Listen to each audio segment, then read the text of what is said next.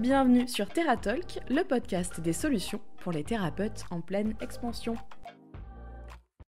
Bonjour et bienvenue dans ce nouvel épisode de TheraTalk. Aujourd'hui, nous répondons à deux questions. Celle de Daniel, qui souhaite avoir 6 patients en plus par mois, et celle de Sandra, qui est naturopathe et qui souhaiterait savoir si investir dans sa charte graphique est un bon premier investissement pour lancer son activité. Si vous aussi vous avez une question sur comment développer votre activité et que vous souhaitez qu'on y réponde, vous pouvez le faire tout simplement en remplissant le formulaire dans le lien qui est juste en dessous de cette vidéo. C'est entièrement gratuit et on sera ravis de vous lire. Mais tout de suite, je vais laisser la parole à Jessica pour cette première question.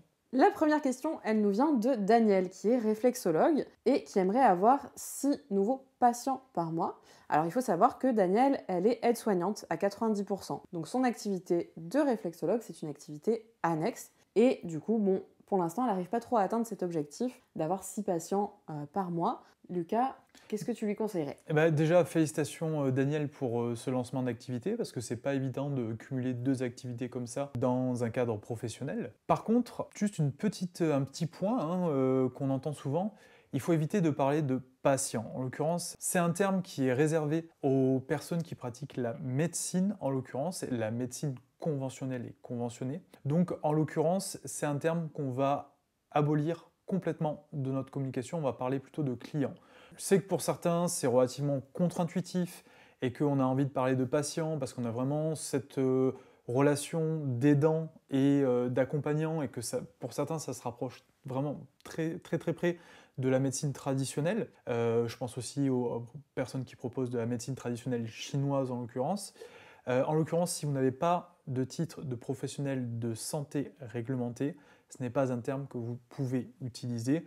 Alors, il y en a énormément, encore une fois, qui l'utilisent. Aujourd'hui, c'est pas trop sanctionné, mais ça va le devenir de plus en plus. Donc, on vous invite vraiment à faire attention dans votre communication, à privilégier le terme de client plutôt que de patient. Oui, c'est vraiment réglementé, c'est interdit d'utiliser ce terme si l'on n'est pas professionnel de santé. Et comme des termes annexes, on pourrait dire, par exemple soigner. Vous ne pouvez pas dire que vous soignez, vous ne pouvez pas dire que vous diagnostiquez. Le diagnostic est réservé aux médecins. Exactement. Ça peut vous valoir des poursuites pour exercice illégal de la médecine. Donc ça rigole pas quand même. Donc faites attention à ça dans votre communication. On a préparé un petit guide autour de ça sur les bons termes à utiliser. On l'a appelé le guide pour bien se lancer comme thérapeute. On vous invite à le télécharger, c'est entièrement gratuit et pareil, c'est en lien en dessous de cette vidéo. On va passer à la question de Daniel qui souhaite avoir 6 clients en plus par mois, ce qui n'est pas énorme, qui paraît complètement accessible. Jess, des idées ? Oui, alors déjà, donc Daniel, je suis allée voir un petit peu ce qu'elle faisait. Et déjà, un point super positif, c'est que Daniel, elle a son bureau chez 7e Sens, qui est un espace thérapeutique dans sa ville, donc où on va trouver plein de professions du bien-être différentes. Donc ça, c'est super. C'est super parce qu'il y a déjà des gens qui vont pouvoir la découvrir comme ça. Mais il y a des choses, Daniel, que tu peux faire pour maximiser le potentiel de découverte via ce lieu. Alors ça, je ne sais pas si c'est quelque chose que tu as pu déjà faire, mais sur place, de mettre un flyer vraiment complet où on comprend bien ce que tu fais, comment tu le proposes, quel jour du coup, puisque si tu es aide-soignante à 90%, j'imagine que tu as une seule journée de présence ou 2 demi-journées de présence à ton bureau. Sur le site du lieu, chaque thérapeute du coup a son profil. Le tien pourrait être un petit peu développé, tu pourrais détailler tes différents services, tes tarifs, etc. et mettre un lien pour pouvoir prendre rendez-vous directement en ligne, accéder à ton agenda, pouvoir booker une séance, ça c'est hyper important pour permettre aux gens de passer à l'action rapidement et notamment aux timides qui n'oseront pas téléphoner pour prendre un rendez-vous. Oui, en l'occurrence, la simplicité, c'est toujours quelque chose qui paye. Même si on ne va pas chercher, entre guillemets, le côté beau, le côté graphique, c'est pas important.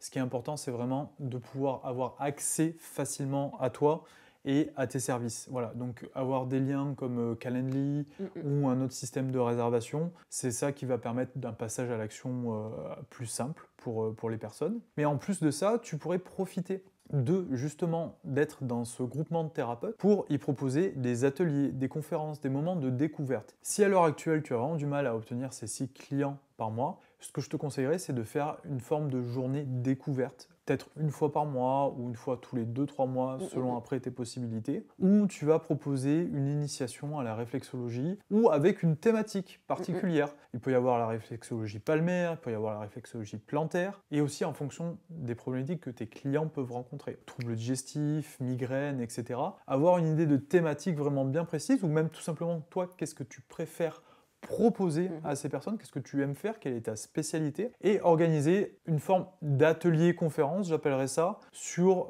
mais même pas une demi-journée, ça peut être 1 heure et demie, en fin de journée en semaine, en week-end, et de communiquer autour de ça et de profiter de l'appui de la structure dans laquelle tu es pour t'aider à communiquer et à toucher des personnes. Il y a forcément des gens qui viennent déjà voir d'autres professionnels qui vont être intéressés par tes propositions. Oui. Et par exemple, là, je suis allée voir la page Facebook de ce lieu. Il y a de mémoire 770 abonnés, ce qui te permet déjà de toucher pas mal de monde qui potentiellement pourrait être intéressé par ce que tu proposes. J'ai aussi vu, Daniel, que tu étais sur LinkedIn. Et du coup, j'imagine, en étant aide-soignante de carrière, tu dois déjà avoir un bon réseau dans le médical. Donc, quelque chose que je t'inviterai à faire, ça va être d'accueillir dans ton réseau, d'aller chercher sur LinkedIn les personnes que tu connais, qui sont par exemple cadres de santé, etc. Et qui auraient la possibilité, eux, à leur poste, d'organiser des ateliers, des séances de réflexologie dans leurs établissements médicaux. Je pense aux EHPAD, aux IME, aux hôpitaux psychiatriques. Voilà, tous ces publics-là pourraient vraiment bénéficier de la réflexologie. Et toi, en étant connue comme aide-soignante, ça va faciliter ce premier contact avec les personnes qui ont la possibilité d'organiser ce genre de choses dans leur structure. Absolument. Et ça me permet de rebondir là-dessus, c'est-à-dire que quel que soit le cas de figure pour vous, si vous êtes comme ça, entre guillemets, en complément d'activité, par exemple à 80% et à 20% sur votre activité libérale, en fait, pensez qu'il y a toujours des ponts qui peuvent se faire. Alors là, en l'occurrence, entre guillemets, ça tombe bien, on est plutôt sur le secteur médical, mais même si vous êtes comptable, par exemple, et que vous vous lancez sur une activité de bien-être, voilà, des choses vraiment très très variées selon votre cas, il y a toujours des ponts que vous allez pouvoir faire, des compétences que vous allez pouvoir amener de votre métier, entre guillemets, de base, vers votre volonté de devenir thérapeute, devenir professionnel du bien-être. Pensez vraiment à travailler là-dessus, parce que c'est vraiment quelque chose qui va vous permettre d'aller plus vite, plus loin et de réutiliser ces compétences. Et d'ailleurs, toujours sur LinkedIn, alors pour Daniel, ça serait pertinent, peut-être pour vous qui nous écoutez aussi, d'utiliser ce réseau social pour venir proposer des séances en entreprise. C'est quelque chose qui se fait de plus en plus, que ce soit dans les startups ou dans les grandes entreprises, d'avoir des moments qui sont appelés team building ou ce genre de choses où on va avoir des ateliers thématiques, on va avoir des activités, des découvertes comme ça, parfois centrées sur le bien-être, donc ça peut être quelque chose qui peut intéresser aussi les entreprises autour de vous, donc n'hésitez pas à indiquer ça sur votre page LinkedIn, à ajouter des dirigeants ou des cadres d'entreprises que vous savez implanter autour de chez vous et pourquoi pas faire un petit peu de démarchage si vous vous sentez à l'aise avec ça. Oui, complètement. Il y a de plus en plus de moments, des fois un peu même entre midi et deux, où les entreprises vont venir proposer une activité à leurs salariés sur la question du bien-être, sur la question du bien-être au travail. Tout ce qui est vraiment sur cette thématique, ça se développe énormément. Donc ça va être une bonne opportunité pour vous de vous ouvrir au monde de l'entreprise et après de rentrer derrière dans des réseaux en fait, qui vont venir diffuser votre approche parce qu'on sait très bien comment ça fonctionne. On en parle à un, en fait il y en a 10 après qui sont informés. C'est tout l'avantage du bouche à oreille que vous pouvez mettre en route. Je crois qu'aussi du coup Sandrine est sur d'autres réseaux sociaux. Oui, alors j'ai vu que tu étais sur TikTok. Donc on va parler un petit peu de ce réseau social. On n'a pas eu encore trop l'opportunité d'en parler sur le podcast. Alors en étant réflexologue, j'imagine que tu ne pratiques qu'en présentiel. Donc TikTok va pas être un réseau social adapté pour toi. Alors déjà parce que sur TikTok, alors c'est en train de changer un petit peu à mesure que le réseau se développe, mais on est quand même sur une cible assez jeune. Majoritairement, on est sur des 15-30 ans et quand on dépasse les 25, il y a quand même beaucoup moins de personnes. Donc déjà, au niveau de la tranche d'âge, je ne suis pas sûre qu'on soit sur la bonne cible. Et surtout, sur TikTok, ça va être très difficile de toucher les personnes qui se trouvent dans ta ville ou aux alentours. Sachant que Daniel, alors je ne me rappelle plus du nom de ta ville, mais on est sur une petite ville, une ville de taille moyenne. C'est pas comme si tu étais à Paris, par exemple, ou Lyon, Marseille, voilà, des grandes villes où, bon, en se mettant sur un réseau social comme TikTok, on a quand même des chances de trouver des gens de notre région. Là, ça va être très très compliqué. Et en plus, TikTok, c'est un réseau social qui demande énormément de temps et d'énergie parce que pour se faire découvrir, il faut publier 2 à 3 contenus par jour. Donc ça va pas être idéal pour toi, ça va être hyper chronophage. En plus, en étant aide-soignante à côté, j'imagine que tu disposes d'assez peu de temps pour faire la communication autour de ton activité. Donc, ce que je te conseillerais dans un premier temps, c'est plutôt de faire une page Google My Business, Google Business Profile, si on utilise le nouveau nom. Donc, c'est l'encart Google Maps qu'on a, par exemple, si on tape réflexologue plus le nom de ta ville, on va tomber sur ta fiche et ça va vraiment pouvoir t'amener du monde assez facilement. Donc c'est vraiment quelque chose que je t'invite à mettre en place en priorité. Et si tu as besoin d'aide là-dessus, j'ai fait toute une vidéo où j'analyse le profil d'une sophrologue parisienne qui se classe première et qui du coup a des nouveaux clients toutes les semaines uniquement grâce à ça. Elle n'est pas sur les réseaux sociaux, elle ne fait pas de pub. Elle a vraiment juste sa fiche établissement qui lui permet de faire tourner son activité. Donc j'analyse comment elle fait et ça va te permettre de voir toi comment tu peux optimiser ta fiche pour avoir le même type de résultats. Et ça, c'est vraiment valable pour tout le monde.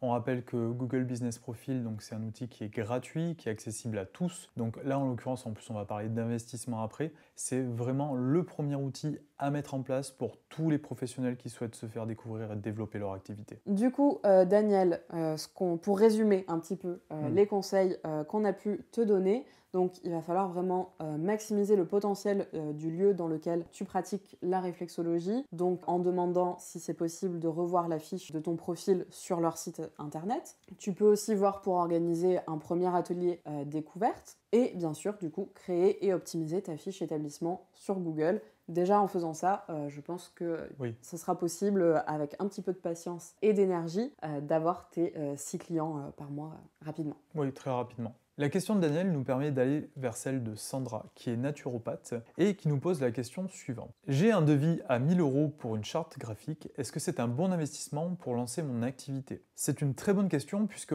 on le sait très bien, en tant que thérapeute, quand on lance son activité, en général, on a quand même un budget qui est limité, et il faut optimiser au maximum ses investissements pour que ça permette de lancer et de bien lancer l'activité dès le début. Pour cette partie-là, je pense que Jessica, au niveau de l'identité graphique, tu as vraiment quelque chose à dire là-dessus? Ouais. Alors, j'ai rien contre les graphistes. Si jamais il y en a qui nous écoutent, ne le prenez pas mal.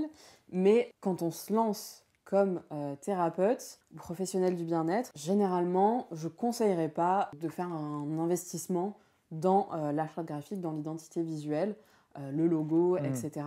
C'est vraiment pas quelque chose qui va être indispensable d'avoir quelque chose de qualité professionnelle, et j'entends par là que ce soit fait par quelqu'un dont c'est le métier. À la limite, le seul cas où vraiment ça pourrait être intéressant d'avoir ce type d'investissement, ça va être si vous faites beaucoup d'événementiels. C'est-à-dire que par exemple, si vous faites 5, 6, 8 salons par an, ça peut être intéressant d'avoir du coup un kakémono, etc. Avec une identité visuelle forte, avec un beau logo, etc.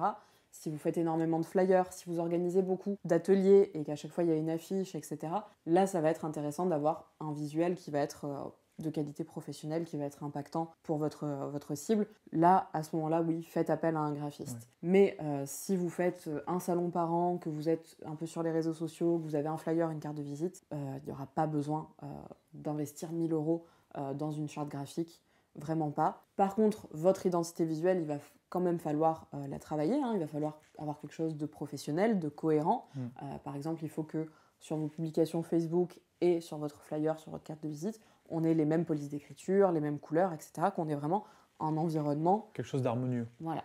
Et qui aille bien avec votre identité à vous et ce que vous pratiquez comme activité. C'est-à-dire que 1 000 € quand même, c'est une somme qui est très importante. Et dans un premier temps, pour un premier investissement, est-ce que c'est vraiment essentiel? Est-ce que c'est vraiment là qu'il faut mettre cet argent? On ne pense pas. C'est-à-dire qu'il y a vraiment des choses à faire avant. Ce qui ne veut pas dire que ce n'est pas important d'avoir une identité visuelle forte et professionnelle. Ce qui veut juste dire qu'à un moment, peut-être 1 000 €, ça va être le prix de votre site internet. Ça va être le prix de vos premières premières impressions de flyers, de cartes de visite, etc.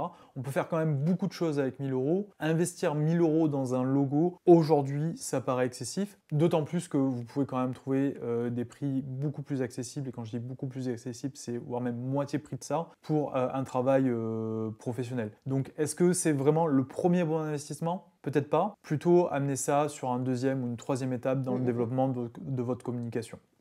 Et si vous voulez la faire vous-même, votre identité visuelle, c'est tout à fait possible. C'est quelque chose, moi, que je vous apprends à faire à la fois dans la formation Instagram et la formation Facebook, puisque sur ces 2 réseaux sociaux, l'identité visuelle va être importante quand on est en train de scroller. S'il y a un post qui est joli, ou une vidéo qui commence par votre logo et que le logo est joli, c'est ça qui va attirer notre attention, on ne va pas se mentir. Donc c'est quelque chose d'important, je vous l'enseigne dans ces 2 formations-là. Il y a tout un volet sur l'identité visuelle et les élèves qui l'ont faite ont trouvé que finalement, on peut avoir beaucoup d'a priori sur ça, se dire qu'il faut un regard particulier, il faut être quelqu'un de créatif, etc. En fait, en ayant quelques conseils, quelques idées de base, on arrive à faire le travail sans souci. Voilà, garder quelque chose d'harmonieux et d'avoir vraiment ces quelques piliers qui vont vous permettre d'avoir une bonne direction et de plus vous poser la question sur quelle couleur ou quelle police il faut utiliser, au moins c'est calé. Oui, ça vous fera gagner du temps aussi dans votre création de contenu si c'est quelque chose qui vous angoisse de poster sur n'importe quel réseau social. Et bien là, du coup, vous aurez votre cadre, vous avez vos modèles et vous n'avez plus qu'à mettre l'information. Oui, et en plus, dans la formation, tu donnes déjà énormément de modèles de publication qui sont entre guillemets prêts à utiliser, à juste ajouter vos couleurs et vos textes, mais c'est entre guillemets du tout cuit, quoi. Oui, c'est ça. Autant pour la formation Facebook que celle d'Instagram, à chaque fois, il y a des modèles adaptés du coup à chaque réseau social et que vous pouvez modifier avec votre identité visuelle qu'on aura créée ensemble. Alors Sandra, du coup, avant même de penser à créer un logo, une charte graphique, etc., moi ce que je te conseillerais, c'est vraiment de définir tes services et d'avoir une idée claire de ce que tu vas proposer. Jessica a déjà parlé dans différents podcasts du persona, elle en reparle aussi dans les différentes formations sur comment savoir à qui on s'adresse et comment s'adresser à ces personnes. Et du coup, comment avoir une offre qui est claire par rapport à ça. La règle, c'est de se dire quel est le problème auquel je réponds et comment est-ce que j'y réponds. Ce qui va naturellement en fait vous faire une présentation qui est très claire avec une promesse qui est forte. Donc Sandra, si tu as du temps, et je t'invite vraiment à même le prendre même si tu ne l'as pas, commence par définir tes services, ta proposition, tes tarifs, ta promesse. Et pareil, c'est pas la peine d'avoir 56 000 services. 3, 4, 5, en général, c'est déjà largement suffisant pour répondre à une demande de manière claire et précise. Surtout, donc Sandra, tu es naturopathe, donc on est quand même sur une profession où on peut répondre à énormément de besoins différents. Donc ça peut être intéressant, surtout si tu as de la concurrence là où tu résides, de venir te spécialiser, de se demander, ok, est-ce que je m'adresse plutôt aux personnes qui veulent perdre du poids? Est-ce que je m'adresse aux personnes qui ont tel et tel souci de santé, par exemple des soucis hormonaux? Est-ce qu'au contraire, je prends un petit peu un contre-pied et que je suis plutôt naturopathe pour les enfants? Il peut y avoir aussi une nécessité de se spécialiser quand on a énormément de concurrence, par exemple, sur un territoire donné. Les questions, c'est à qui, pourquoi, comment, combien. Tout simplement. Une fois que vous avez répondu à ces questions-là, vous avez déjà une offre qui va être très claire pour les personnes. Pensez bien que ce n'est pas toujours facile pour vos potentiels clients de comprendre ce que vous faites et que c'est un univers qui est nouveau pour eux et qu'ils n'ont pas forcément les connaissances que vous avez. Rendez ça le plus accessible et le plus simple possible pour eux. Alors Sandra, sur comment bien lancer ton activité et quelles sont les premières étapes vraiment au niveau des investissements, sur ta communication, etc., on t'invite à regarder le premier épisode qu'on a tourné qui s'appelle « Comment bien se lancer en tant que thérapeute ». Tu trouveras vraiment énormément d'informations là-dedans et c'est ça qui va vraiment t'aider. Après, on va essayer de répondre au mieux à ta question et de se dire, ok, si nous aujourd'hui on avait 1000 euros pour se lancer en tant que thérapeute, qu'est-ce qu'on ferait en premier? Qu'est-ce qu'on mettrait en place en premier pour se faire connaître? Et ça, je pense qu'on sera d'accord, ça serait de commencer par la création d'un site internet professionnel. Encore une fois, professionnel ne veut pas dire compliqué, mais veut dire tout simplement que c'est beau, que c'est harmonieux et que c'est facile d'utilisation pour les personnes qui vont dessus. Mais aussi sur la question de la gestion et de la formation à ces outils-là. C'est-à-dire qu'encore une fois, c'est pas parce qu'on a un site internet que tout de suite il va y avoir des clients qui vont arriver. Et ça peut aussi venir très bien se compléter par des outils gratuits, mais c'est toujours la même chose. Un outil, si on ne sait pas s'en servir, eh bien, on s'en sert mal, tout simplement, et ça donne pas tout son plein potentiel. À commencer par Google Business Profile, qui est vraiment l'outil numéro 1 aujourd'hui proposé par Google et qui est gratuit. Et là-dessus, on a une super formation par Anne-Sophie qui est spécialisée là-dedans et qui vous donne tout un déroulé étape par étape, qui vous prend par la main et qui vous montre comment optimiser votre fiche Google Business Profile pour avoir des nouveaux clients qui arrivent chaque semaine. Et ça, sans avoir à passer des heures et des heures dessus. Après, bien sûr, c'est toujours intéressant de compléter ça par des réseaux sociaux. Oui, effectivement. Les réseaux sociaux, donc que vous choisissiez Instagram ou Facebook, par exemple. Là encore, une fois, alors c'est des choses que vous pouvez apprendre à faire par vous-même, en faisant des recherches, etc. Mais ça demande énormément de temps, hein. Tous les outils, vous pouvez apprendre à les utiliser par vous-même avec tout ce qui est à votre disposition sur Internet. Mais ça prend énormément de temps. Et généralement, le temps vous en manquez, et surtout pour apprendre à utiliser ces outils-là. Donc pour vous faire gagner du temps, ça peut être intéressant de se former. Donc nous, c'est quelque chose qu'on propose, hein, c'est le cœur de notre activité, c'est la formation. Donc par exemple, si vous voulez apprendre à utiliser Instagram ou Facebook, eh bien, ça se passera avec moi. J'ai une formation dédiée à chacun de ces réseaux sociaux. On a donc aussi Google Business Profile. Et Lucas, lui, propose une formation au SEO, donc le référencement naturel. Donc, si vous faites appel à quelqu'un pour créer votre site internet, et bien derrière, vous pouvez par vous-même rédiger les pages de ce site internet et faire en sorte de placer les bons mots-clés pour apparaître en premier sur Google. Donc, ça va être hyper complémentaire de Google My Business. Et ça, c'est quelque chose que vous pouvez apprendre avec Lucas. Absolument. Merci de nous avoir suivis dans ce nouvel épisode. On vous invite à laisser un like si vous êtes sur YouTube et à vous abonner à notre chaîne pour continuer à recevoir tous nos prochains contenus. Si vous avez écouté la version podcast, vous pouvez nous laisser un petit avis 5 étoiles. Ça fait toujours plaisir, ça nous encourage à continuer. Et dans tous les cas, on se dit à dans 2 semaines pour un nouvel épisode de TerraTalk. À bientôt!